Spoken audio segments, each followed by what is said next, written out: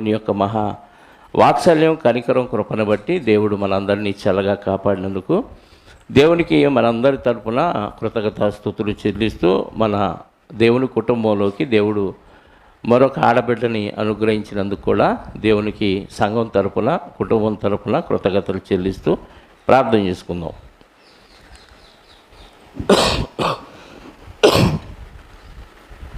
పరిపూర్ణుడమైన మా పరలోకపు తండ్రి, మీ పరిపూర్ణమైన నామమును బట్టి స్తోత్రాలు. సకల యుగాలలో రాజువై ఉండి సకల మానవులను మీరు సృజించి అందరికీ పరలోకాన్ని ఇవ్వాలనే అనాది సంకల్పాన్ని నెరవేర్చుకోవటానికి జగత్తు పునాది వేయబడక మునిపే మీ కుమారుడైన క్రీస్తుని మా అందరి కోసం నిర్ణయించి యుగముల సమాప్తి యందు ఆయన్ని భూమి మీదకు పంపించి సమస్త మానవాళి కోసం, సమస్త మానవాళి పాప క్షమాపణ కోసం అందరి నేరాలు, అందరి ఘోరాలు, అందరి పాపాలు, అందరి అవిధేయతలు ఆయన మీద మోపి బలిపశువుగా ఆయన్ని వధించి ఆయన విలువైన శరీరాన్ని, ఆయన విలువైన రక్తాన్ని మా కోసం త్యాగం చేసిన మీ ప్రేమను బట్టి స్తోత్రాలు. నిజంగా తండ్రి, ఈ విషయం మాకు అర్థమైతే మేము మీ దయ వల్ల బతుకుతున్నాము, మీ దయ వల్లనే రక్షణలోకి రాగలిగామన్న విషయం మాకు అర్థమైతే ప్రతి విషయంలో మీకు విధేయులమై ఉంటామయ్యా. అయినా ఆ విధేయత చూపిస్తున్నామంటే మా విశ్వాసం లేదు, లోపం ఉందని మాకు అర్థమవుతుంది. ఈరోజు బతుకున్నాం కనుక సరిచేసుకునే అవకాశం మాకుంది. నిన్నటి దినాన చనిపోతే ఈ అవకాశం మాకు లేదు. అవిధేయులు తండ్రి, ఖచ్చితంగా అపవాదికి వాని దూతలకు ఏర్పాటు చేసిన నిత్యాగ్నిలో యుగయుగాలు కాలవలసిందేనని ఎన్నో మార్లు, ఎన్నో సందర్భాల్లో మీరు తెలియచేసిన దాన్ని పక్కన పెడితే మాకంటే దౌర్భాగ్యులు మరి ఎవరు ఉండరని ఈ దినం ఉన్నాం కనుక విధేయత కలిగి మీ మాటలు నేర్చుకొని మీ వాక్యానుసారంగా జీవించగలిగే భాగ్యాన్ని మాకు అనుగ్రహించండి. ఈ సందర్భంలో ఇంకా కొన్ని సంపూర్ణమైన మాటలు నేర్చుకోవడానికి సిద్ధపడుతూ ఉండగా మీ ఆత్మ సహాయముతో రాయించిన మాటల్లోని పరమార్థాన్ని ఆత్మ సహాయముతో, ఆత్మ నడిపింపుతో నేర్చుకొని మీ పిల్లలకు బోధించే సామర్థ్యాన్ని ప్రసాదించండి. మీ పిల్లలు కూడా విని విడిచిపెట్టువారుగా ఉండక విధేయత కలిగిన పిల్లల వలె మీ వాక్యాన్ని గ్రహించి ఆచరించగలిగే ధన్యతను ప్రతి బిడ్డకు అనుగ్రహించమని కోరుకుంటూ మా రక్షకుడు, మా ప్రాణనాథుడునైన క్రీస్తు యేసు యొక్క అమూల్యమైన స్వస్థత కలిగిన నామములో ప్రార్థించి అడిగి వేడుకొనిచున్నాను పరలోకపు తండ్రి, ఆమేన్. చేరి వచ్చిన మీ అందరికీ ప్రభు అయిన క్రీస్తు నామములో నా శుభాలు, వందనాలు. మనం ఒక అంశాన్ని ఆలోచిస్తున్నాం ప్రియులారా. గుర్తుందో ఎవరికన్నా అంశం? దేవుడు తన పిల్లలైన వారికి అపజయాలను అనుమతించుటకు కారణాల్లో 3-4 కారణాలు మనం ఆలోచించాం. పోయిన వారం ఆలోచించిన కారణం గుర్తుందా? పరిపూర్ణులుగా మరింత పరిపూర్ణులుగా సిద్ధపరచడానికి, తయారు చేయడానికి దేవుడు అపజయాల్ని అనుమతిస్తున్నాడు. అందులో భాగంగా పోయిన వారం చాలా విషయాలు మనం నేర్చుకున్నాం. ఈరోజు కూడా కొన్ని విషయాలు మనం నేర్చుకోగలిగితే కొలసీలకు రాసిన పత్రిక, కొలసీ పత్రిక 1వ అధ్యాయము, కొలసీ పత్రిక 1వ అధ్యాయము 19వ వచనం చూద్దాం. కొలసీ పత్రిక 1వ అధ్యాయము 19వ వచనం. ఆయన యందు అంటే క్రీస్తునందు సర్వ సంపూర్ణత నివసింపవలెననియు ఆయన శిలువ రక్తము చేత సంధి చేసి ఆయన ద్వారా సమస్తమును, అవి భూలోకమందున్నవైనను పరలోకమందున్నవైనను వాటన్నిటినీ యేసుక్రీస్తు ద్వారా తనతో సమాధానపరచుకొనవలననియు తండ్రి యొక్క అభీష్టం. ఏంటంటే దేవుని అభీష్టం. అభీష్టం అంటే బలమైన కోరిక. ఇష్టం, అభీష్టం. ఇష్టం అంటే కోరిక, అభీష్టం అంటే బలమైన కోరిక. ఏంటి ఆయన బలమైన కోరిక ఏంటి చెప్పండి? ఆయన యందు యేసుక్రీస్తునందు సర్వసంపూర్ణత నివసించాలి. సర్వసంపూర్ణత నివసించాలంటే అందరూ కంప్లీట్గా యేసుక్రీస్తు వారిలో నివసించాలి అని, ఆయన యందు యేసుక్రీస్తునందు సర్వసంపూర్ణత నివసించవలెనని యేసు శిలువ రక్తము చేత దేవుడికి మనకి ఉన్న విభేదాన్ని తొలగించి సమాధానపరిచి సంధి చేసి ఆయన ద్వారా సమస్తమును, ఆయన ద్వారా అంటే యేసుక్రీస్తు ద్వారా సమస్తమును, భూలోకంలో ఉన్నాయి కానీ పరలోకంలో ఉన్నాయి కానీ వాటిని అన్నిటినీ ఆయన ద్వారా తనతో సమాధానపరచుకోవాలని తండ్రి అభీష్టం అంటే బలమైన కోరిక కలిగి ఉంది. అంటే దేవుని చిత్తం ఏదైతే ఉందో అది మనకు అర్థం కావాలి.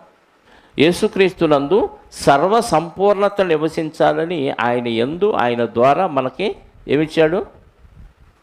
సమాధానం ఇచ్చాడు, సంధి చేశాడంటే దేవుడితో మనకు విభేదం లేకుండా మన పాపాల వల్ల దేవుడికి మనం అవిధేయులుగా మారిపోయినప్పుడు విధేయతను కలిగించాడు, అంటే సంధి చేసి సమాధానపరిచాడు.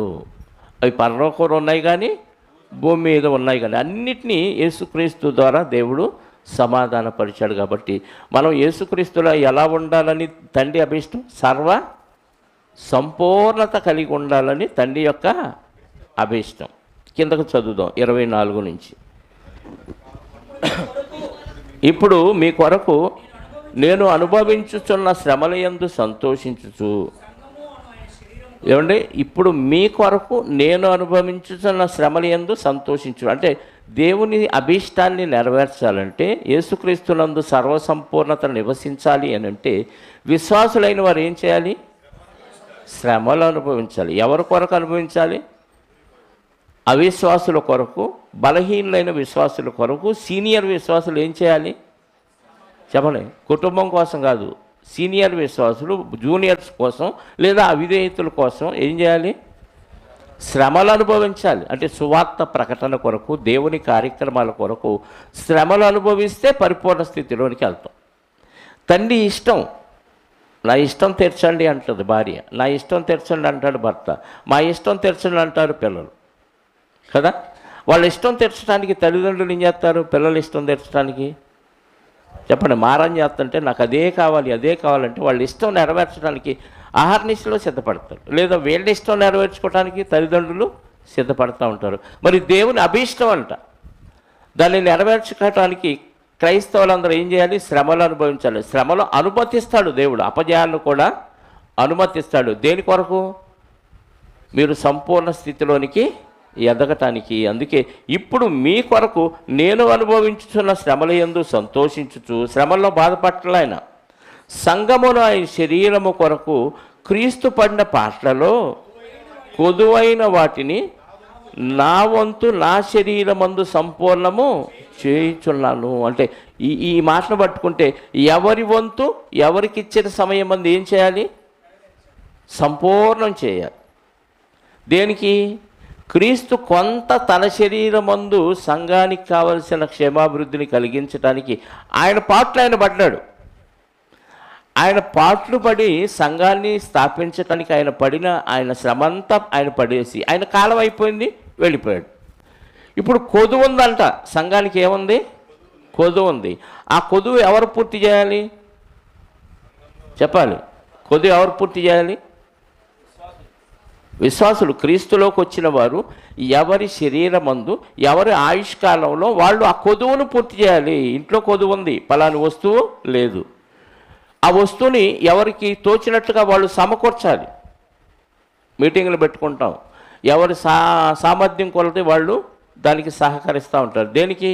ఆ మీటింగ్కి కొంత ఖర్చు అయ్యేది కాబట్టి వాళ్ళకున్న స్థాయిని బట్టి వాళ్ళు దానికి హెల్ప్ చేస్తూ ఉంటారు. ఎవరి సామర్థ్యాన్ని బట్టి వాళ్ళు ఏం చేయాలి? ఆ మీటింగ్ పరిపూర్ణంగా జరగటానికి ఎవరి వంతు వాళ్ళు ప్రయత్నం చేయటం. ఎలాగో సంఘము క్షేమాభివృద్ధి చెందాలి. క్రీస్తు స్థాపించాడు, ఆయన పడి వెళ్ళిపోయాడు, మిగిలిందంట, ఇంకా మిగిలిందంట. అదే అంటున్నాడుగా పౌలు గారు, కొదువ. క్రీస్తు పడిన పాటలలో కొదువైన వాటిని నా వంతు నా శరీరమందు సంపూర్ణము చేయుచున్నాను. ఈ లెక్కన అందరి శరీరమందు ఏం చేయాలి చెప్పాలి? పాటలు పడి సంపూర్ణం చేయాలి. పాటలు పడి సంపూర్ణం చేయాలి. కుటుంబం కొరకు పాటలు పడతాం, దేశం కొరకు పాటలు పడతాం, రాజకీయం కోసం పాటలు పడతాం, సినిమా వాళ్ళు అయితే యాక్షన్ కోసం పాటలు పడతారు కదా, తిండి కోసం పాటలు, బట్ట కోసం పాటలు, అన్నిటి కోసం పాటలు పడుతున్నారు. మరి సంఘము క్షేమాభివృద్ధి కోసం నీ వంతు నీ శరీరం మందు పాటలు పడుతున్నావా? చెప్పండి. పాటలు పాడి వెళ్ళిపోతాం. వాటికి కూడా రావట్లేదు చాలామంది. పాటు సంగతి పక్కన పెడితే పాటలు పాడటానికి కూడా రావట్లేదు, జిహ్వా ఫలం అర్పించట్లా. ఆ పాటలు అయిపోయినాక వెళ్దామని. అసలు ఆ భయం, ఆ వణుకు, ఆదివారం వచ్చింది అని ముందే సిద్ధపాటు కలిగి ఉండాలి. శనివారం నేను అందుకే ఆదివారం అడావుడి పడేవాళ్ళని చూస్తే నవ్వొస్తూ ఉంటుంది. ఆదివారం అడావుడి పడేవాళ్ళని చూస్తే నవ్వొస్తూ ఉంటుంది. ఎందుకంటే వీళ్ళకి ఏమీ లేదు, సిద్ధపాటు లేదు. అంటే విధేయులు కాదు, దేవుడికి విధేయులు కాదు. అప్పుడప్పుడు ఏదో రొటీన్గా ఆదివారం వచ్చింది వెళ్ళాలి, వెళ్ళకపోతే బాగోదు అన్నట్టుగా ఒక గంట అటు ఇటుగా వెళ్తే ఏమవుతుందిలే అంటాడు. ఆఫీస్కి అలాగే వెళ్తామా? రోజు ఆఫీస్కి అలాగే వెళ్ళండి. రోజు ఆదివారం అలాగే వస్తారు ఇక్కడికి ఆఫీస్కి. వారం రోజుల్లో సమయం తప్పకుండా, క్రమం తప్పకుండా అంటే బాస్కి ఇచ్చిన ఆ ఆధిక్యత దేవుడికి ఇవ్వాలి. బాస్కి లోబడినంత విధేయత దేవుడికి లేదు. ఏది నువ్వు ప్రత్యక్షంగా నువ్వు ఒప్పుకోకపోయినా నేను దేవుడికే ప్రాధాన్యత ఇస్తానని నోడుతానన్నా క్రియల ద్వారా ఏం చూపిస్తున్నావు? ఉద్యోగానికి, నీ పైన ఆఫీసర్కి, నీ యజమానికి ఇచ్చినంత రెస్పెక్ట్ దేవునికి ఇవ్వట్లా. రెస్పెక్ట్ ఇవ్వటం అంటే వందనాలు ఇవ్వటం, ప్రైజ్ ద లార్డ్ కాదు. రెస్పెక్ట్ అంటే అర్థం ఏంటి? గౌరవించడం అంటే చెప్పింది చేయటమే ఆయన గౌరవించడం, దేవుడు చెప్పింది చేయటమే దేవుడిని గౌరవించడం. ఇప్పుడు నీ శరీరాన్ని దేవుడు ఇచ్చాడు కాబట్టి నీకు ఇచ్చిన శరీరం ఎవరి కోసం పాటలు పడేస్తున్నావు? నీ కోసమా? నీ కుటుంబం కోసమా? ఎవరి కోసం చెప్పండి. క్రీస్తు తన శరీరంలో ఆయన పాటలు పడ్డాడంట, ఆయన వెళ్ళిపోయాడంట. కొదువు ఉందంట సంఘంలో. ఏముంది? కొదువు ఉంది. ఆ కొదువు ఎవరు తీర్చాలి? ఆ పాస్టర్ గారు తీర్చుకుంటాడులే, లేకపోతే ముందు వెళ్ళిన వాళ్ళు వాళ్ళు తీర్చుకుంటారులే అనుకుంటారు. ఎవరికి వాళ్ళు అలాగే అనుకుంటే రాజుగారి గంగాణంలో నీళ్లు పోసినట్టు అయింది. తెలుసు కదా, పాలు తీసుకురండి అన్న అంట రాజుగారు. ఆ పశువులు ఉన్న వాళ్ళందరూ రోజు తీసుకెళ్ళి పాలు దానిలో పోయాలి. అందరు పోస్తే గంగాళం నిండిపోయింది. అందరేటు పాలు పోస్తారు కానీ నేను ఒక్కదాన్ని నీళ్ళు పోతే ఏమైద్దులని ఒక ఆమె నీళ్లు పోసిందంట. అందరూ అదే అనుకున్నారు. చివరికి గంగాళంలో ఏమున్నాయి? తెల్లటి పాలు బదులు స్వచ్ఛమైన నీరుంది. అట్టయింది మన బతుకు. వాళ్ళు చేసుకుంటారులే అన్న మాకెందుకని ఊడ్చేవాళ్ళు కరువు అయిపోయారు. మరి ఎందుకు అలుగుతారో అర్థం కాదు, ఎందుకు చేయరో అర్థం కాదు. ఎక్కడ చేస్తే అక్కడ చేయకూడదు, అక్కడ చేస్తే ఎక్కడ చేయకూడదు. నేనే చేయాలా? నేనే తినాలా అనకూడదా? నేనే బతకాలా? అది చచ్చాడు యాక్సిడెంట్లో, నేను ఎందుకు బతుకున్నాను అనుకోరా? అనుకోవాలి కదా. దాంతో పోల్చుకున్నప్పుడు వాడు పోయారు యాక్సిడెంట్లో, ఏం చేయాల? ఊరికి వెళ్ళారు, పోయారు. మరి నేనే బతుకున్నానే, ఆ నన్ను కూడా అట్లా లేపేయచ్చుగా అనవా? అట్లాంటివి పోల్చుకోం. ఏది పోల్చుకుంటాం? పనికి మాలిన విషయాలు, చేయాల్సిన విషయాలు చేయకుండా పోల్చుకుంటాం. క్షేమాభివృద్ధి చెందడానికి నీ వంతు నువ్వు పడాలంట, పాటలు పడాలంట. పౌలు గారు నా శరీరం మందు నేను కొదువైన వాటి యందు నా వంతు నా శరీరం మందు సంపూర్ణము చేయుచున్నాను. దేవుని వాక్యం అనగా 25వ వచనం, యుగములలోను తరములలోను మరుగు చేయబడి ఉన్న మర్మమును సంపూర్ణంగా ప్రకటించుట. ఏమంటే సంపూర్ణమైన వాక్యం వచ్చిన వాళ్ళు ఎంతమంది ఉన్నారు చెప్పండి? ప్రకటించడం సంగతి తర్వాత, ముందు రావాలి కదా ప్రకటించాలంటే. సంపూర్ణంగా ప్రకటించుటకు అంటే నీకు సంపూర్ణంగా తెలియాలి. ఎలా తెలిసిద్ది? ఎన్ని క్లాసులకు వస్తే అంత సంపూర్ణంగా తెలిసిద్ది. ఒక క్లాస్కి వచ్చి 4 క్లాసులు ఎగ్గొట్టి మొన్న వచ్చానుగా అన్నావు అనుకో, మొన్న ఇచ్చానుగా గాలి అన్నాడు అనుకో దేవుడు, ఈరోజు బిగబడితే ఈ పనికి మాలిన డైలాగులు, ఈ పనికి మాలిన ఉపమానాలు మానేస్తే విధేయులు అవుతారు దేవునికి. ఎందుకంటే సంపూర్ణముగా ప్రకటించుటకు మీ నిమిత్తము నాకు అప్పగింపబడిన దేవుని ఏర్పాటు ప్రకారము నేను ఆ సంఘమునకు పరిచారకుడనైతిని. ఎవరంట? పౌలు గారు పరిచారకుడు. యేసుక్రీస్తు వారు సైతం పరిచర్య చేయించుకోవటానికి రాలేదు, చేయటానికి వచ్చాను. ఏది పరిచర్య? అన్నీ అమర్చి పెడితే అయ్యవారు వచ్చి చేసాడంట. అన్నీ శుభ్రం చేసి తుడిసి ఊడ్చిపెట్టి ఫ్యాన్లు లైట్లు వేసి పొద్దున్నే లేచి మైకి పెట్టి అన్నీ సరి చూసుకుంటే వచ్చి కూర్చుంటారు. ఫ్యాన్ లాపితే ఇసుక్కొని వెళ్ళిపోతారు. పరిచర్య ఏది? పోనీ బయట పరిచర్యకి ఏమన్నా వస్తారా? అది మన పని కాదు. ఎలా ఇస్తాడు అనుకుంటారు పరలోకం? నాకు అర్థం కాదు. ఇక్కడేమో సంపూర్ణ స్టేజ్లోకి వెళ్ళాలంటున్నాడు, మనమేమో మొదట అనేయలేదు, అంటే స్టార్టింగే ఇంకా లేదు. ఒకరు స్టార్టింగ్ చేసినా మళ్ళీ ఆగిపోతుంది బండి. సెల్ఫ్ ప్రాబ్లం అయిపోయింది, స్టార్టింగ్ ప్రాబ్లం. ఒకళ్ళు ఎవరైనా బలవంతంగా స్టార్ట్ చేసినా ఎంతవరకు పొద్దాకలు చోచో అన్నాడు. పొద్దాకలు ఎంత సీనియారిటీ ఉన్నవాడు కూడా మళ్ళీ ఫోన్ చేసి వస్తున్నావా రావని అడిగితే తప్ప సమాధానం ఉండదు. ఈ దౌర్భాగ్యపు ఆలోచనలు ఏందో తెలియదు. పనికి వస్తున్నావా రావా చెప్పకుండా వెళ్ళిపోతావా? చెప్పు, నువ్వు రాకపోతే మాని ఇంకోటి పెట్టుకుంటాడు పనుడు. నేనే చేయాలని నువ్వు ద్వేషించి కూర్చున్నారనుకోండి, నేను కాకపోతే ఇంకోడు. దేవుడికి అసలు అసాధ్యమైంది ఏది లేదు. గర్వించామనుకోండి, నీ ప్లేస్ తీసేసి ఇంకోడిని అపాయింట్ చేస్తాడు. నీకు ఆరోగ్యం ఉన్నా అంతా బాగున్నా సరే, విధేయత లేకపోతే తీసి అవతల పడేస్తాడు. మోషే గారికి అన్నీ ఉన్నాయి, కానీ కంటి చూపు ఉంది, శక్తి ఉంది, మంచి ఆరోగ్యం ఉంది. 120 ఏళ్ళు నువ్వు చచ్చిపో, యెహోషువని నిలబెడతా అన్నాడు. అదేంటి ప్రభు, ఆరోగ్యం ఉందిగా, అప్పుడే రిటైర్మెంట్ ఇస్తావేంటి నాకు అనలేదు మోషే గారు. నువ్వు చచ్చిపోమన్నా కానీ నేను చచ్చిపోతా అన్నాడు. అంటే దేవుడికి విధేయుడు అంటే అలా ఉంటుంది. అన్నీ బాగున్నా చచ్చిపోవాలా, రిటైర్డ్ అవ్వాలంటే అవ్వాలి. లేదు ఒంట్లో బాగోపోయినా చెయ్యాలా అంటే చెయ్యాలంతే. దేవుడు నీ పరిస్థితి ఎలా ఉన్నా నువ్వు చెయ్యాలంటే చేయాలి, వద్దంటే మానేయాలి. అది సంపూర్ణ స్థితిలోనికి వెళ్ళటానికి కావలసిన లోబడే తత్వం. నేను ఆ పాటలో కొదువైన వాటిలో నా శరీరమందు నేను పడటానికి, అనాదిగా ఉంచబడిన తరాల్లో యుగాల్లో మరుగు చేయబడి ఉన్న మర్మమును సంపూర్ణంగా ప్రకటించడానికి మీ నిమిత్తము నాకు అప్పగింపబడిన దేవుని ఏర్పాటు ప్రకారము మీ నిమిత్తము నాకు అప్పగించబడి. ఎవరి నిమిత్తం? ప్రజల నిమిత్తం, ఎఫెసీలో ఉన్న సంఘస్థుల నిమిత్తం, కొలసీలో ఉన్న సంఘస్థుల నిమిత్తం నాకు దేవుడు అప్పగించాడు. సమాజంలో చెడిపోయిన వాళ్ళు చాలామంది ఉన్నారు, వాళ్ళ నిమిత్తం దేవుడు నీకు పరిచర్య ఇచ్చాడు. ఎవరి నిమిత్తం? విశ్వాసుల నిమిత్తం లేదా అవిధేయుల నిమిత్తం మనకు పరిచర్య ఇచ్చాడు. వాళ్ళు లేకపోతే మనకు పని లేదు. ఇప్పుడు లోకం అంతా బాగుందనుకోండి, అందరూ మంచివాళ్ళు భక్తులు అయిపోయారు అనుకోండి, మనకు పని ఏముంది? ఉందా? పనేం లేదు. అవతల లోకం పాడైపోయింది, క్లీనింగ్ ప్రాసెస్ ఉంది, మురికి ఉంది లోకం. దాన్ని ఓడ్చాల్సిన పని ఎవరిది చెప్పాలి? ప్రభువుని నమ్ముకున్న ప్రతి ఒక్కరికి ఉంది. నా పని కాదు అన్నావంటే నీ పని అయిపోయింది. చెప్తున్నానుగా, ఇది నా పని కాదు, అది వాళ్ళ పని నీకు కేటాయించేసుకొని నువ్వు సర్దుకున్నావు అనుకో, సర్దేస్తాడు. చెప్తున్నా గ్యారంటీగా. ఏదో బతికేస్తున్నావు, దేవుడు ఇచ్చాడు కదా ఆరోగ్యం, బతుకుతున్నావు, హ్యాపీగా ఉన్నావు, ఈరోజు గడిచిపోయింది చాలు, తర్వాత సంగతి తర్వాత చూద్దామని అలా ఉన్నావా? కొట్టాడంటే దెబ్బ ఇంకా తిప్పుకోలేడు, ఎవరు తిప్పుకోలేడు, అట్ట కొడతాడు దెబ్బ. అన్నీ బాగుంటాయి, అన్ని అవయవాలు బాగుంటాయి, తప్పని కొట్టేస్తాడు, ఇంకా లేవలేవు. దేవుడు కొట్టేదాకా తెచ్చుకోవద్దని చెప్తున్నాడు. ఇప్పుడు అన్నీ జరిగిపోతున్నాయి కాబట్టి మనకేం అనిపించదు. ఒక చిన్న అవయవం పనిచేయకపోతే దాని విలువ మనకు అప్పుడు అర్థమైద్దండి. ఇన్ని అవయవాల్లో 34 పళ్ళు ఉండేది, 32 పళ్ళు ఉంటాయి. 32 పళ్ళు ఒక్క పన్ను నొప్పి వచ్చింది అనుకో, ఏమైద్ది? అరికాల నుంచి లడ్డెత్తు వరకు విలవిల్లాడిపోతే వణుకొచ్చింది కదా. ఏమి తినలేము, ఏమి మింగలేము, ఏమి తాగలేము, ఏమి మాట్లాడలేము. సరిగ్గా పోటు వస్తే, పిప్పళ్ళు వస్తే పరిస్థితి ఏంటి చెప్పండి? వచ్చిందా? ప్రతి ఒక్కరి జీవితంలో ఇది ఖచ్చితంగా వచ్చింది. అప్పుడు అర్థం అవ్వాలి, ఇన్ని అవయవాలు బాగానే ఉన్నాయి కదా, ఈ ఒక్క పన్ను పోటు వస్తే ఎంత బాధపడుతున్నానేంటి అనిపించాలా?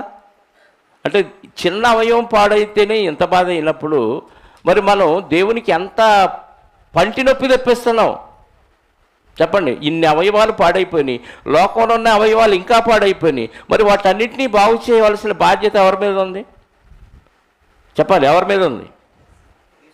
మన మీద అనండి, వాళ్ళ మీద అనకండి. ఎవరి మీద ఉంది? అసలు దానికంటే నా మీద ఉందనుకోండి, ఎవరికోళ్ళు చేసుకొని చెప్పుకోండి, నా మీద ఉందని అనరా?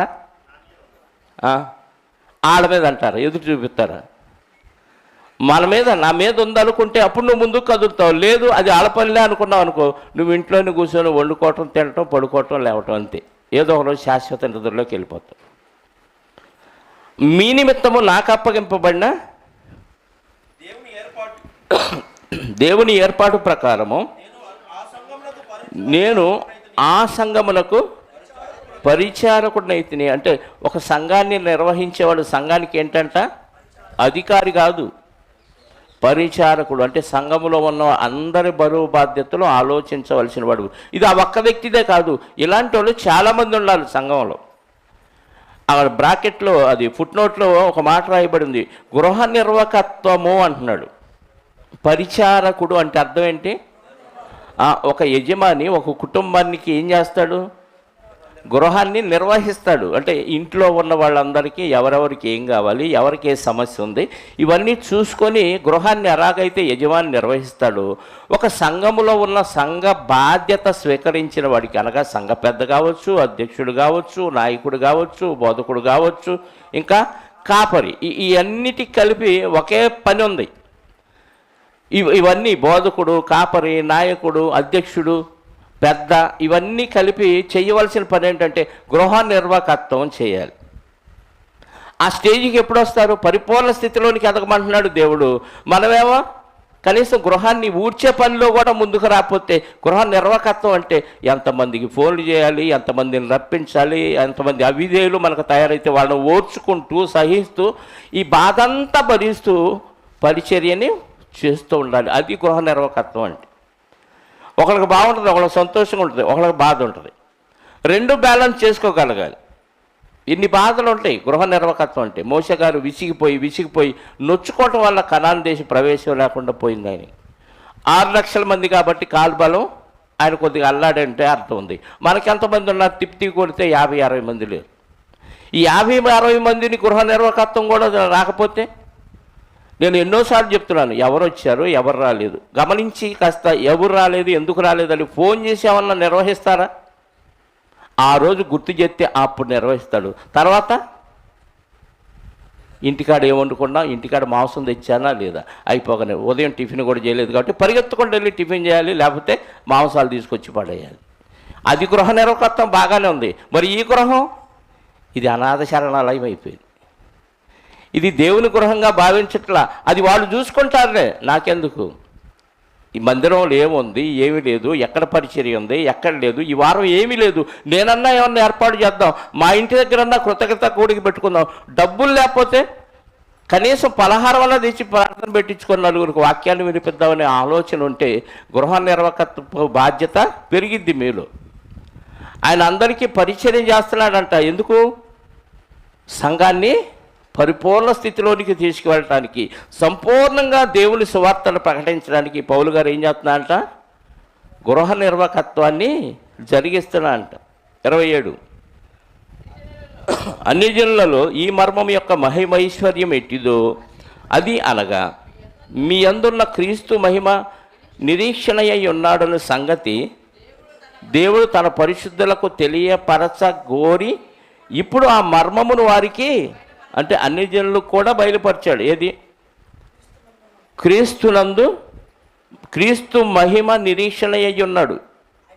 మీ అందున్న క్రీస్తు మహిమ నిరీక్షణయ్య ఉన్నాడన్న సంగతిని దేవుడు ఆ పరిశుద్ధులకు తెలియగోరి ఇప్పుడు ఆ మర్మమును వారికి బయలుపరచను. ఎందుకు బయలుపరిచాడంటే ప్రతి మనుషుని క్రీస్తునందు సంపూర్ణునిగా చేసి ఆయన ఎదుట నిలువబెట్టవలనని సమస్త విధములైన జ్ఞానముతో మేము ప్రతి మనుషునికి బుద్ధి చెప్పుచు ప్రతి మనుషునికి బోధించుచు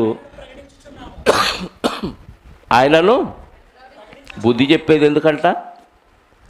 బుద్ధి చెప్పేది ఎందుకు? వాక్యం తెలిసిన వాళ్ళు. సంపూర్ణంగా చెప్పేది ఎందుకు? వాక్యం తెలిసిన వాళ్ళు. ఆడకు వచ్చారు, ఈడకు కూడా రండి, ఆ సంఘానికి వచ్చారు, ఈ సంఘానికి కూడా రండి, మీటింగులకు రండి, కృతజ్ఞత కోడికలకు రండి అని ఎందుకు బోధిస్తున్నావు, ఎందుకు బుద్ధి చెబుతున్నావు అంటే మిమ్మల్ని సంపూర్ణంగా క్రీస్తునందు చెయ్యాలి అని దేవుడు చెప్పాడు. పౌలు గారు అదే చేస్తున్నాడు. అర్థమైందా? అసలు మనం ఏబిసిడి దగ్గరే ఆగిపోయాం. జ్ఞానం తెలుసుకుంటే లెక్క వేరు, తెలుసుకున్న జ్ఞానాన్ని అనుసరించకపోతే వ్యర్థమే కదా. ఐఏఎస్ రాసే నాలెడ్జ్ నాకు ఉందనుకోండి, ఏ ప్రశ్నకైనా సమాధానం చెప్పగలిగే నాలెడ్జ్ నాకుంది. ఆ ఎగ్జామ్ హాల్లోకి వెళ్ళి ఆ పరీక్ష రాసి ఆ పేపర్ దిద్దేవాడు చూసి పాస్ అయ్యేవాని అంటే కదా దానికి విలువ కదా. ఎగ్జామ్ హాల్ ఏది మనకి? లోకం. మనం నేర్చుకున్నది లోకంలోకి వెళ్ళి ప్రకటించకుండా, ఎవరికి చెప్పకుండా, దాన్ని అనుభవించకుండా ఉంటే నువ్వు ఎగ్జామ్ రాయకుండా ఇంట్లో ఉండి ఆడికంటే నేనే క్లబరు, ఆడికంటే నేనే బెటరు అనుకున్నావు అనుకోండి, దేనికి? బావిలో కప్ప జీవితం అయిపోతుంది. ప్రపంచం చాలా ఉంది, బావిలో ఉండి ఇదే ప్రపంచం అనుకుంటుంది అనుకో, నేను ప్రపంచాన్ని సముద్రాన్ని ఇదేనో అనుకుంది అనుకో, బావిలో ఉన్న కప్ప ప్రయోజనం ఏముంది కదా? తిరగాలి, పరిచర్య చెయ్యాలి. అది చేస్తేనే సంపూర్ణ స్థితిలోనికి వెళ్తాడు. ప్రతి మనుషుని క్రీస్తునందు సంపూర్ణునిగా చేసి దేవుని ఎదుట నిలవబెట్టాలని సమస్త విధములైన జ్ఞానముతోనూ ప్రతి మనుషునికి బుద్ధి చెప్పాలి, వాక్యం చెప్పాలి, వాక్యాన్ని బోధించాలి. ప్రతి మనుషునికి బోధించుచు ఆయనను యేసుక్రీస్తు వారిని ప్రకటిస్తున్నాము అంటున్నాడు. అంటే టోటల్గా దేవుని చిత్తం ఏంటంటే అందరికీ వాక్యాన్ని బోధించి, బుద్ధి చెప్పి, ప్రకటించి సంపూర్ణునిగా చేయాలంట క్రీస్తులను.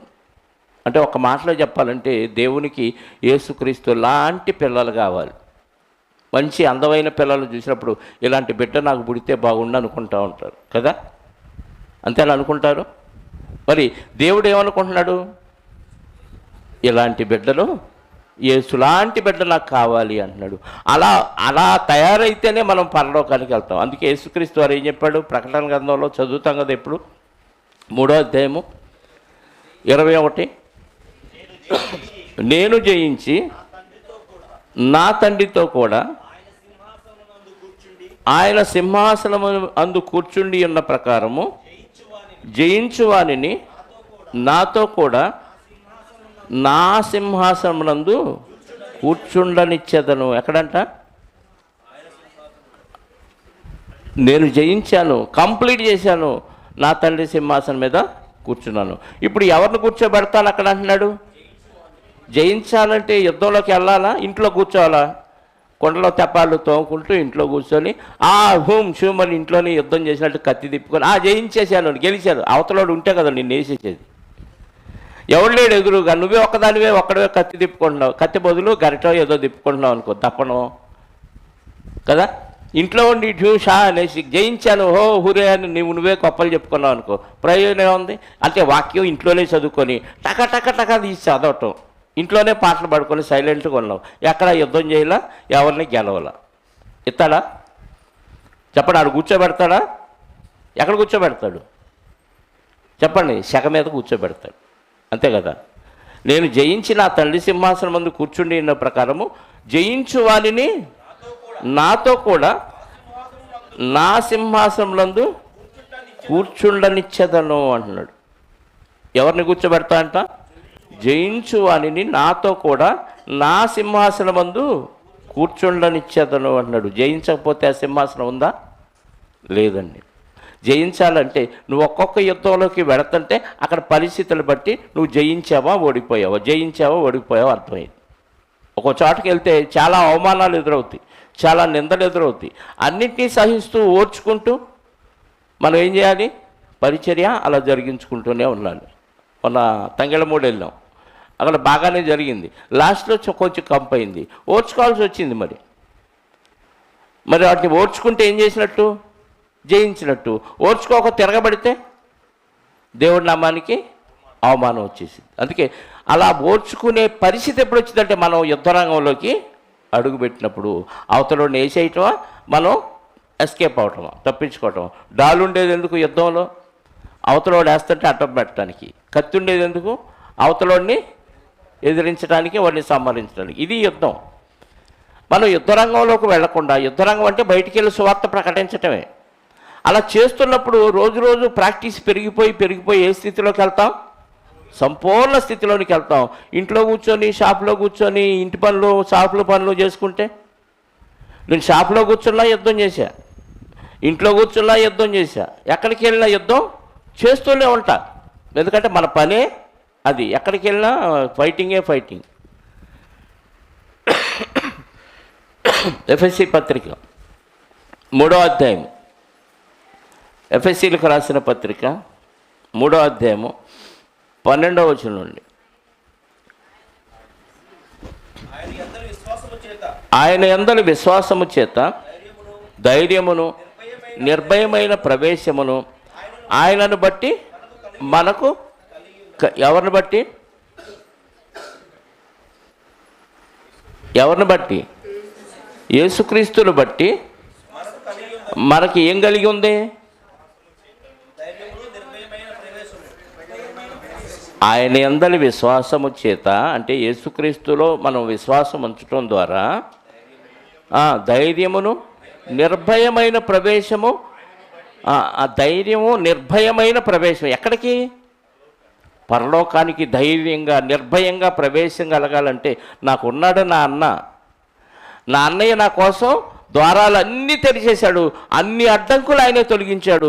ఈజీగా నిర్భయంగా నాకు ఇక భయం ఏమీ లేకుండా ఆ పరలోకంలో ప్రవేశించే ధైర్యాన్ని నా అన్నయ్య ఇచ్చాడని నువ్వు విశ్వాసం కలిగి నమ్మాలి. ఆ నమ్మకం ఉంటే నేను పరలోకం వెళ్తాననే ధైర్యం ఉంటుంది. ఆ నమ్మకం లేకపోతే వెళ్తానో లేదు అంటే లేదే ఖాయమైద్ది, వెళ్తానో ఉండదు, చల్తానై. అర్థమైందా? ఏమంటున్నాడు? మళ్ళీ చదవండి. ఆయన యందు విశ్వాసము చేత ధైర్యమును నిర్భయమైన ప్రవేశము ఆయనను బట్టి మనకంటే విశ్వాసులైన వారికి కలుగుచున్నది. కాబట్టి మీ నిమిత్తము నాకు వచ్చిన శ్రమలను చూచి మీరు అధైర్యపడవద్దని, మీకోసం నాకు కష్టాలు వచ్చినాయి. అంటే వారికి సువార్త ప్రకటించడానికి, వాళ్ళకు వాక్యం చెప్పడానికి పౌలు గారు వెళ్ళినప్పుడు ఈయనకేమొచ్చినాయి అంట? శ్రమలు వచ్చినాయి. శ్రమలు వచ్చినప్పుడు ఈయన భయపడాలా, వాళ్ళు భయపడాలా? ఈయన బడపాలి. మీ దగ్గరకు వచ్చాను, మీకోసం సువార్త చెప్పడానికి వచ్చే, చూడు నేను ఎన్నిసార్లు తిన్నాను, దౌర్భాగ్యులారా అనాలి ఈయన. మీరు భయపడొద్దు అంటున్నాడు. అంటే వాళ్ళ నిమిత్తం ఈయనకి శ్రమలు వస్తే వాళ్ళని ధైర్యపరుస్తున్నాడు ఈయన. ఇదేంటి? తన్నులు తిన్నవాడిని తన్నులు తిన్ననోడు ధైర్యపరచాలి, అంతే కదా. వాళ్ళ నిమిత్తం ఈయనకి శ్రమలు వచ్చినాయి. ఈ శ్రమలు వచ్చిన ఈయన శ్రమలు రాని వారిని, మీ దగ్గరకు వచ్చి నేను వాక్యం చెప్తుంటే పలానోళ్ళు నన్ను అవమానపరిచారు, నిందించారు, కొట్టారు, దూషించారు, కాబట్టి నేను ఇలా తన్నులు తిన్నానని మీరేం భయపడాల్సిన పని లేదు, మీరు ధైర్యంగా ఉండండి, ఏం పర్వాలేదు, ఇది మనకు సహజమే అంటున్నాడు. ఇవి మీకు మహిమ. అంటే మీకోసం సువార్త చెప్పడానికి నేను తన్నులు తిన్నాను కాబట్టి, ఇబ్బందులు పడ్డాను కాబట్టి మీకు మహిమ నిమిత్తము, అది మీకు మహిమకరములై ఉన్నవి. ఈ కారణం చేత పరలోకమందును 14వ వచనం, ఈ హేతు చేత, ఈ కారణాన్ని బట్టి, అంటే ఎత్తటికి మనం సువార్త ప్రకటించడానికి వెళితే మనకు వచ్చిన ఇరుకులు ఇబ్బందుల నిమిత్తం వాళ్ళకి అది మహిమంట, వాళ్ళని ధైర్యపరుస్తున్నాడు పౌలు గారు. కాబట్టి ఈ కారణం చేత పరలోకమందును భూమి మీదను ఉన్న ప్రతి కుటుంబము, ఏ పరలోకపు తండ్రిని బట్టి కుటుంబం అని పిలువబడుచున్నదో ఆ తండ్రి ఎదుట నేను మోకాళ్ళుని, మీరు అంతరంగ పురుషుని యందు శక్తి కలిగి ఆయన ఆత్మ వలన బలపరచబడినట్లుగా. అంతరంగ పురుషుడు అంటే మీ లోపల ఉన్న ఆత్మ అంతరంగ పురుషుడు. బాహ్య పురుషుడు అంటే కనపడే ఆకారం, అంతరంగ పురుషుడు అంటే లోపల ఉన్న ఆత్మ. లోపల ఉన్న ఆత్మ ఎలా ఉండాలంట? ఆత్మ లోపల ఉన్న మన ఆత్మ శక్తి కలిగి ఉండాలంటే మనం ఎవరి మీద ఆధారపడాలి? పరిశుద్ధాత్మ. అక్కడ చెప్తున్నాడు, ఆయన ఆత్మ వలన బలపరచబడినట్టు. ఆయన పరిశుద్ధాత్మ వలన బలపరచబడితే మన ఆత్మ ఎలా ఉంటుంది? శక్తిగా ఉంటుంది. మీకు అర్థమవుతుందా? మన ఆత్మ శక్తి కలిగి ఉండాలంటే మనకు బూస్ట్ ఎక్కడి నుంచి రావాలి? పరిశుద్ధాత్మ వలన పిరికి తనము కలిగిన ఆత్మను ఇవ్వలేదు ఆయన. ఎలాంటి ఆత్మని ఇచ్చాడంట? ఇంద్రియ నిగ్రహము కలిగిన ఆత్మ. ఆత్మ సహాయంతో మనం శక్తిని పొందుకొని ఆ శక్తి వలన బలపరచబడాలి. మనకిచ్చేది ఎవరు? బూస్టు పరిశుద్ధాత్మ దేవుడు. మన అంతరంగ పురుషుణ్ణి, అంటే లోపల ఉన్న ఆత్మని శక్తి కలిగిన వానిగా తయారు చేస్తాడు. ఎలా ఇస్తాడంటే వాక్యంతో ఇస్తాడు ఆయన. ఎలా ఇస్తాడు? వాక్యంతో ఇస్తాడు. కాబట్టి చదవండి వచనం 15, మీరు అంతరంగ పురుషుని యందు శక్తి కలిగి ఆయన ఆత్మ వలన బలపరచబడినట్టుగా క్రీస్తు మీ హృదయములలో విశ్వాసము ద్వారా నివసించున్నట్లుగా. అంటే విశ్వాసం లేకపోతే హృదయంలో క్రీస్తు ఉండడా? చెప్పాలి, నాకు ఉంది విశ్వాసం. మరి క్రీస్తు ఎక్కడున్నాడు? హృదయంలో. క్రీస్తు హృదయంలో ఉంటే తప్పెలా చేయగలుగుతున్నావు? క్రీస్తు హృదయంలో ఉంటే చెడు కార్యక్రమాలు ఎందుకు ఆలోచిస్తున్నావు? అంటే విశ్వాసంలో బలహీనమైపోయారు అని అర్థం. విశ్వాసంలో బలహీనమైతే సంపూర్ణ స్థితికి ఎదగాలంటే చెప్పండి, విశ్వాసంలో బలహీనమైతే సంపూర్ణ స్థితి రాదు. ముందు విశ్వాసంలో బలపడితే వాక్యము ద్వారా యేసుక్రీస్తు ఎక్కడుంటాడు? మన హృదయంలో నివసిస్తాడు. విశ్వాసము ద్వారా నివసించినట్లుగా తన మహిమైశ్వర్యము చొప్పున మీకు దయచేయవలనని మీరు దేవుని సంపూర్ణత యందు పూర్ణులగునట్లుగా ప్రేమయందు, దేంట్లోనంట? దేవుని సంపూర్ణత యందు పూర్ణులగునట్లుగా. దేవుడు కంప్లీట్ సంపూర్ణత కలిగిన వాడు. అందులో మనం ఎలా ఉండాలి? పూర్ణులగునట్లుగా. ప్రేమయందు, ఆ ప్రేమనే ఒక చెట్టు ఉందనుకోండి. ఒక చెట్టుని ప్రేమగా తీసుకుంటే, ప్రేమని చెట్టుగా తీసుకుంటే, ఆ చెట్టు బాగా ఎదగాలంటే కనపడని కింద వేళ్ళు ఉంటాయి. కింద భూమి లోపల ఏముంటాయి?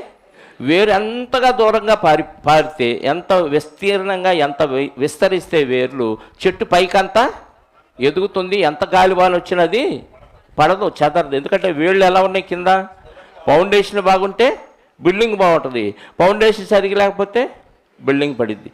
అంటే మన ఫౌండేషన్ ఏంటి? మన ఫౌండేషన్ ఏంటి? మూలరాయి క్రీస్తు.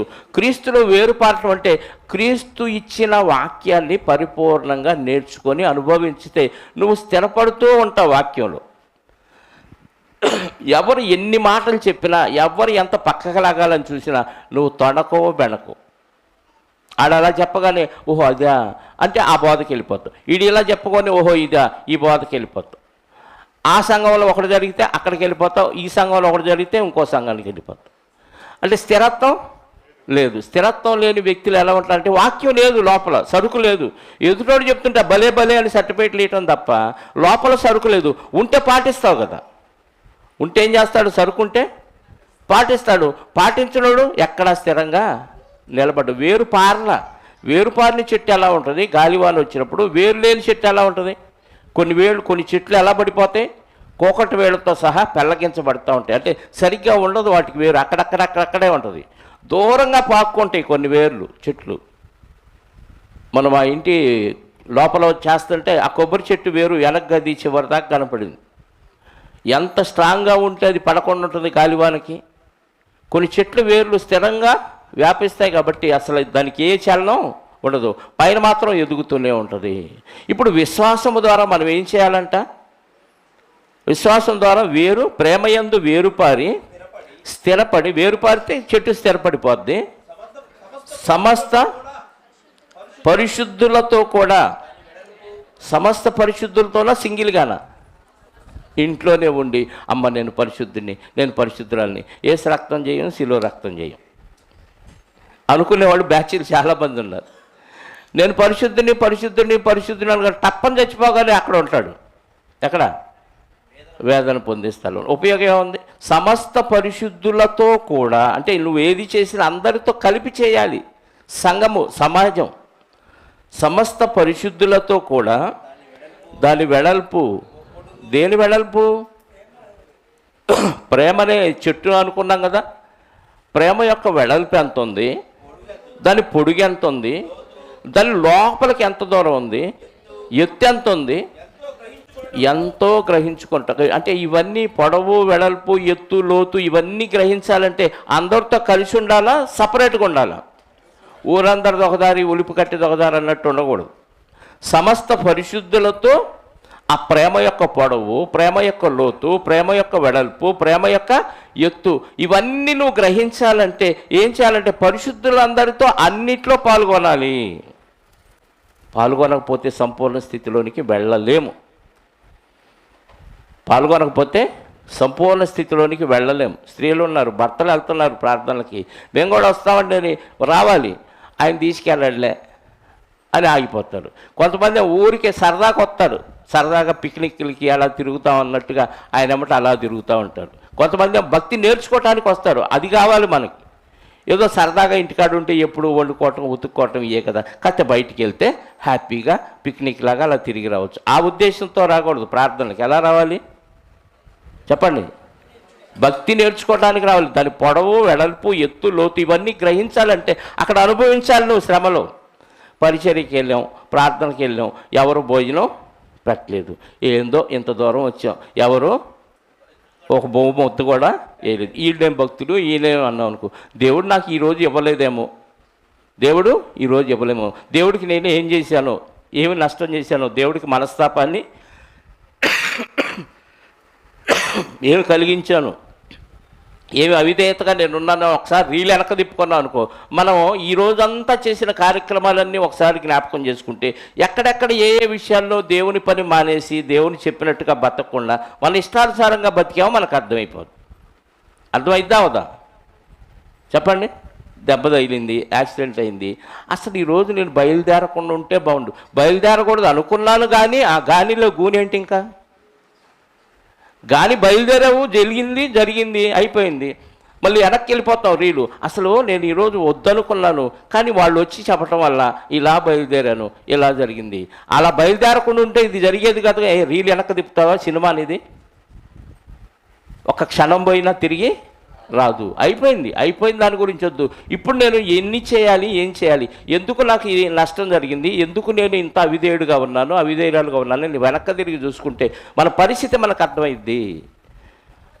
సమస్త పరిశుద్ధులతో ఆ ప్రేమ యొక్క పొడవు, వెడల్పు, ఎత్తు, లోతు ఇవన్నీ గ్రహించాలంటే అందులో నువ్వు పార్టిసిపేట్ చేయాలి.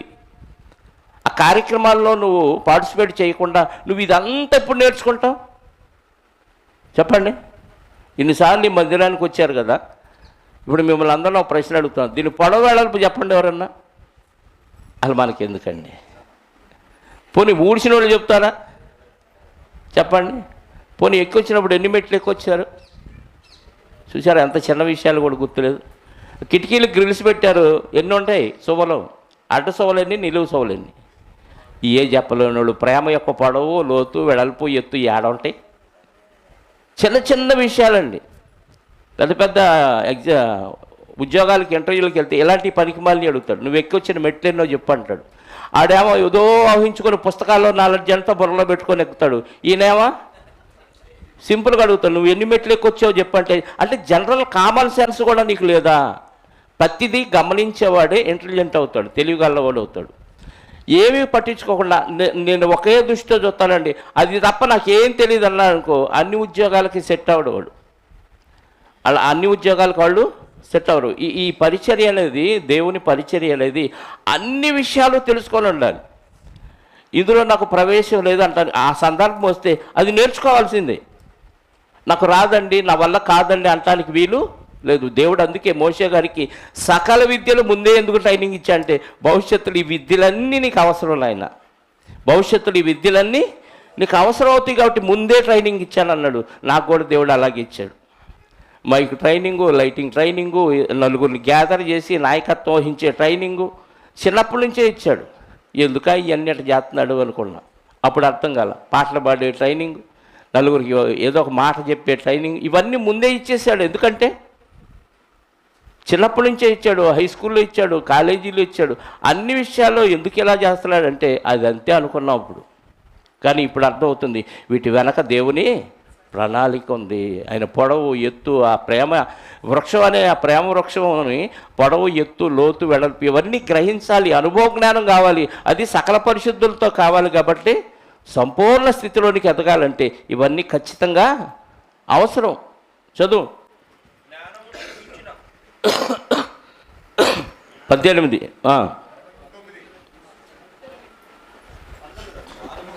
జ్ఞానమునకు మించిన క్రీస్తు ప్రేమను తెలుసుకొనుటకు తగిన శక్తి గలవారు కావాలని ప్రార్థించుచున్నాను. దేనికంట?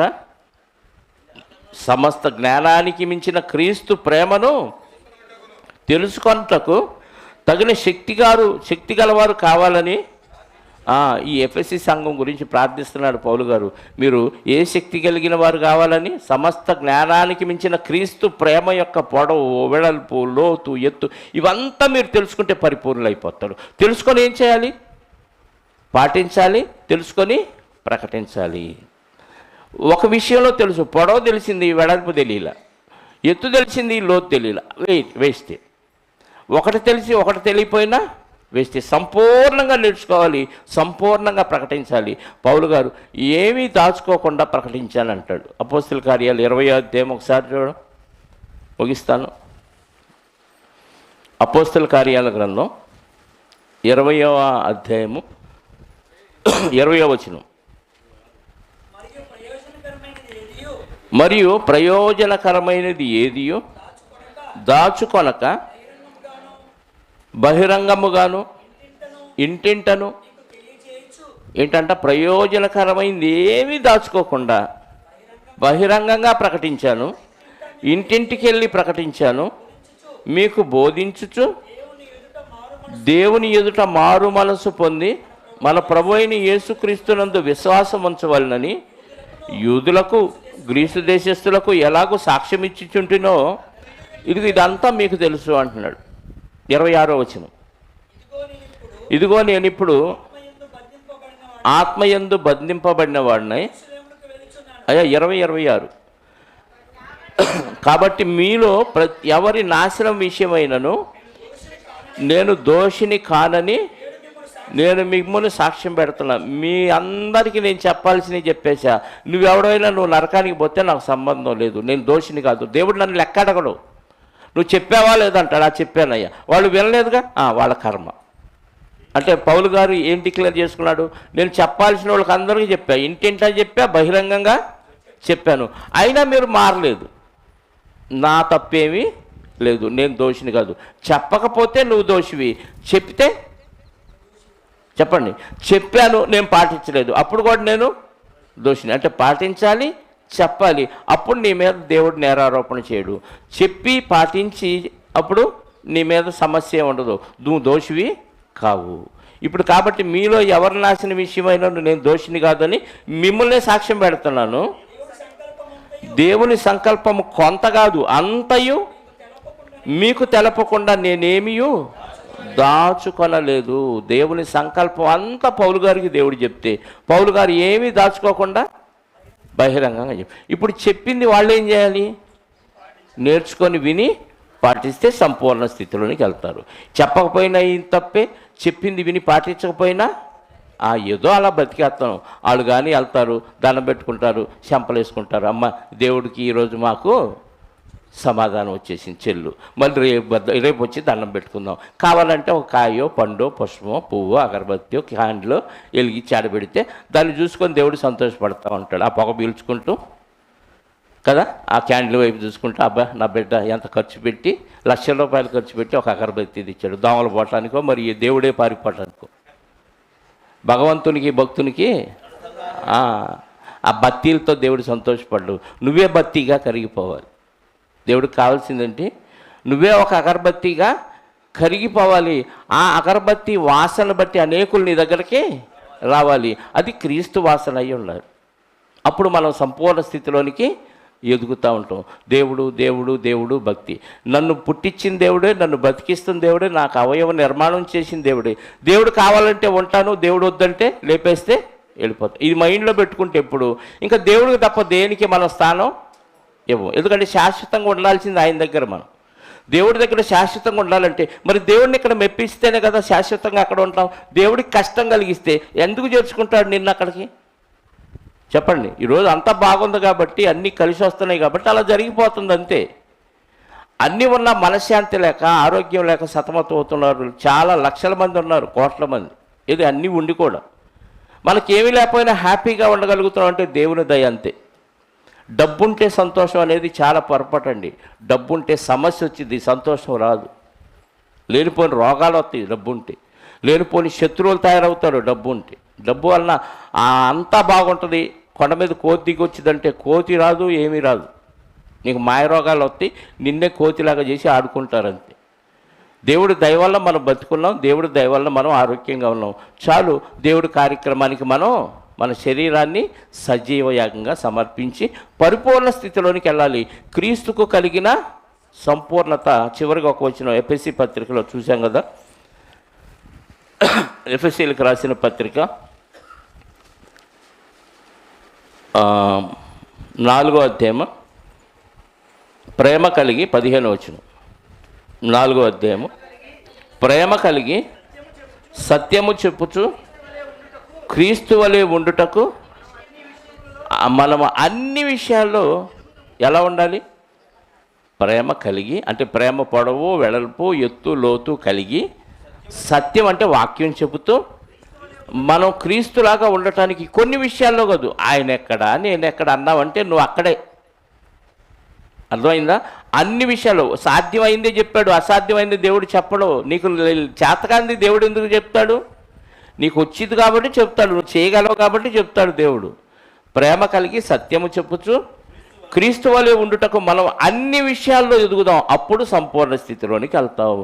కొన్ని విషయాల్లో ఎదిగితే క్వార్టర్ స్థితిలోనికి వెళ్తావు, ఇంకొన్ని విషయాల్లోకి ఎదిగితే హాఫ్ స్థితిలోనికి వెళ్తావు, లేదా ఇంకొంచెం పెరిగితే 30వ స్థితి. 30వ స్థితి కూడా పరలోకానికి అర్హత లేదా? లేదు. చెప్పానుగా మొన్న, 100కి 100 కావాలి, 35 చల్లదు ఇక్కడ. నీకు అర్థమైందా? 35 మార్కులు వస్తే లోకంలో పాస్ చేసి నెక్స్ట్ క్లాస్కి వేస్తాడు దేవుడు. వేయడు. పరలోకానికి 35 వచ్చినా చాలు, 50 వచ్చినా చాలు, 90 వచ్చినా నో, 100 కావాలి. అన్ని విషయాలు అన్నాడు అక్కడ. అంతే. ప్రతి మనుషుని క్రీస్తునందు సంపూర్ణునిగా చేసి ఆయన ఎదుట నిలబెట్టాలి. సంపూర్ణునిగా క్రీస్తునందు చేస్తేనే ఆయన ఎదుట నిలబడతాం, లేకపోతే అసంపూర్ణంగా ఉంటే అసంపూర్ణమైన లోకానికి వెళ్ళిపోతాం. కాబట్టి మనకు దేవుడు బాధల్ని శ్రమల్ని అనుమతించడానికి దేవుడే అనుమతిస్తాడు. ఆ సందర్భంలో మనకి ఇరుకులు వస్తాయి, ఇబ్బందులు వస్తాయి, శ్రమలు వస్తాయి, అవమానాలు వస్తాయి, నిందలు వస్తాయి. ఇవన్నిటినీ భరిస్తూ ఓడ్చుకొని క్రీస్తు కలిగిన సంపూర్ణతకు పరిపూర్ణ సంపూర్ణతలోనికి మనం వెళ్ళగలిగితేనే నిత్యరాజ్యం. అందుకే మనకు అపజయాలను అనుమతిస్తాడు. ప్రార్థన చేసుకుందాం. క్రీస్తు యేసునందు మమ్మలను పిక్కిలిగా ప్రేమించి క్రీస్తు యేసులాగా మమ్మల్ని తయారు చేయాలి అని క్రీస్తుని ఎలాగా చెక్కారో భూమి మీద మమ్మల్ని కూడా అలా మీ వాక్యముతో చెక్కుతూ మీ వాక్యముతో క్రీస్తు రూపాన్ని మాకు అనుగ్రహించటానికి మాకు అవమానాలు, నిందలు, శ్రమలు, కష్టాలు, బాధలు, హింసలు ఇవన్నీ కలుగజేస్తూ మమ్మల్ని క్రీస్తులాగా పరిపూర్ణ స్థితిలోనికి తయారు చేయడానికి మీరు ఇచ్చిన వాక్యాన్ని బట్టి స్తోత్రాలు నాయన. వాక్యము మమ్మల్ని మాకు బోధ చేస్తుంది, వాక్యం మాకు బుద్ధి చెబుతుంది, వాక్యం మమ్మల్ని హెచ్చరిస్తుందయ్యా. ఈ హెచ్చరికలు, ఈ బుద్ధి కలిగిన మాటలు తిరస్కరిస్తే తండ్రి మాట వినకపోతే బిడ్డలు ఎలా చెడిపోతారు. పరలోకమందున్న మీ మాటలు మేము వినక ఇది భూమి మీద బతుకుతున్న ఒక మనిషి మాటలుగా తీసుకుంటే మేము అవిధేయతకే గురైపోతాం. భూమి మీద ప్రకటించబడుతున్న ఈ మాటలు మీ మాటలుగా మేము భావిస్తే, స్వీకరిస్తే ఖచ్చితంగా మా ఈ దీన శరీరాన్ని క్రీస్తు వలె మహిమగల శరీరముగా మార్చుకొని సంపూర్ణ సిద్ధి పొందిన క్రీస్తు యేసు వలె మేము కూడా ఆ సిద్ధి పొంది నిత్య రాజ్యంలో ప్రవేశిస్తామని మీరు ఇచ్చిన వాగ్దానాన్ని బట్టి స్తోత్రాలు. అవును తండ్రి, నిత్య జీవం అనుగ్రహించునన్నది ఆయన తానే మనకిచ్చిన వాగ్దానమని యోహాను పత్రికలో రాయించారయ్య. ఆ నిత్య జీవాన్ని మేము స్వతంత్రించుకోవాలంటే ఆషామాషి విషయం కాదు. ఇక్కడ నుంచి మానవుడు అంతరిక్షానికి వెళ్ళాలంటేనే సపరేట్ సూట్ కావాలి. అది లేకపోతే శరీరం పీస్ అయిపోతుంది, వాతావరణంలోని పీడనాన్ని తట్టుకోలేక. మరి మీరున్న మహాలోకం, పరలోకం, ప్రవేశింపరాని లోకములో ప్రవేశించాలంటే మహిమా దేహం ఖచ్చితంగా మాకు కావాలి. కనుక ఆ దేహం మేము సంపాదించుకోవాలంటే క్రీస్తు యొక్క శ్రమలలో పాలివాడవ్వాలి. క్రీస్తు యొక్క పునరుద్ధాన బలాన్ని మేము ఎరగాలని, ఆ బలాన్ని ఎరిగి దాన్ని మీ ఆత్మ సహాయంతో పొందుకొని శక్తి కలిగి మీ పరిచర్య చేస్తూ సంపూర్ణ స్థితికి పొందగలిగే పరిస్థితి మీ పిల్లలకైన ప్రతి ఒక్కరికి అనుగ్రహించండి. విన్న మాటలు అర్థం కాకపోతే మీ ఆత్మ సహాయంతో మరొకసారి అర్థం చేయించండి. అర్థం చేసుకున్నవి పాటించడానికి ప్రయత్నించే మనస్సును మొదట మీ పిల్లల్లో కలిగించమని కోరుకుంటూ, ఆషామాషి భక్తి, నామకార్థ భక్తి మీ దగ్గర పనికిరాదని, అది మిగతా వాళ్ళకు మాత్రమే పనికొస్తుందని, క్రీస్తులోనికి వచ్చిన ప్రతి ఒక్కరూ సంపూర్ణ జ్ఞానాన్ని నేర్చుకుని ఏదీ దాచుకోకుండా ఇతరులకు సంపూర్ణంగా ప్రకటించి సంపూర్ణుడైన క్రీస్తు యొక్క లక్షణాలు కలిగి పరిపూర్ణుడైన మీ దగ్గరికి చేరే మహాభాగ్యాన్ని మీ పిల్లలైన ప్రతి వారికి అనుగ్రహించమని కోరుకుంటూ, ఇదిగోనైనా మా ఆత్మీయ కుటుంబంలోనికి, సంఘంలోనికి మరొక బిడ్డను, మరి తేజాను, జాహ్నవిని ప్రేమించి మీరు ఇచ్చిన గర్భఫలాన్ని బట్టి స్తోత్రాలు. గర్భఫలం మీరు ఇచ్చిన బహుమానం. తల్లిని బిడ్డను ఆరోగ్యంగా పెంచండి. మీ యొక్క భక్తిలో బోధలో ఆ బిడ్డను బాల్య దినాల నుంచే పెంచి మీకు అప్పగించి మీ పనిని చేయటానికి పరిపూర్ణ స్థితిలోనికి తను నడుస్తూ అనేకులను నడిపించడానికి కావలసిన శక్తిని, బలాన్ని, ఆరోగ్యాన్ని ఆ బిడ్డకు అనుగ్రహించమని కోరుకుంటూ చేరువచ్చిన బిడ్డలందరిని బట్టి స్తోత్రాలనైనా. ఎవరెవరికి ఎలాంటి అవసరాలు ఉన్నాయో మీకు తెలుసు. ప్రతి అవసరత మీ చిత్తమైతే క్రీస్తులో వారికి తీర్చండి. మీ పనికి ఏదైతే వారికి ఆటంకంగా ఉందో ఆటంకాలను తొలగించండి.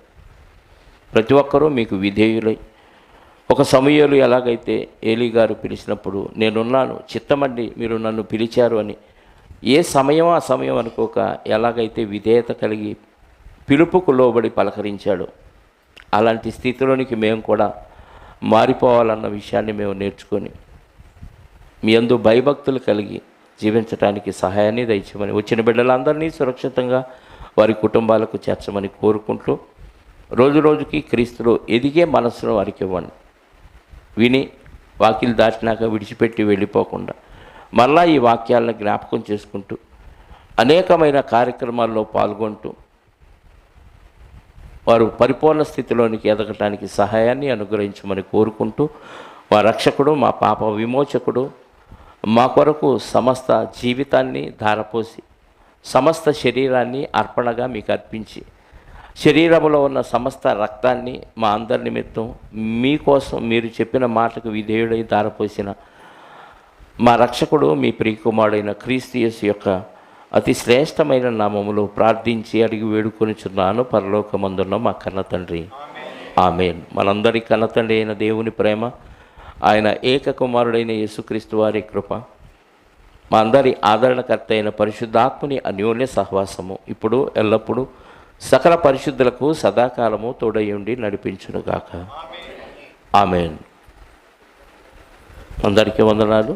మీరు కూడా వందనాలు చెప్పుకోండి ఒకళ్ళకొకళ్ళు.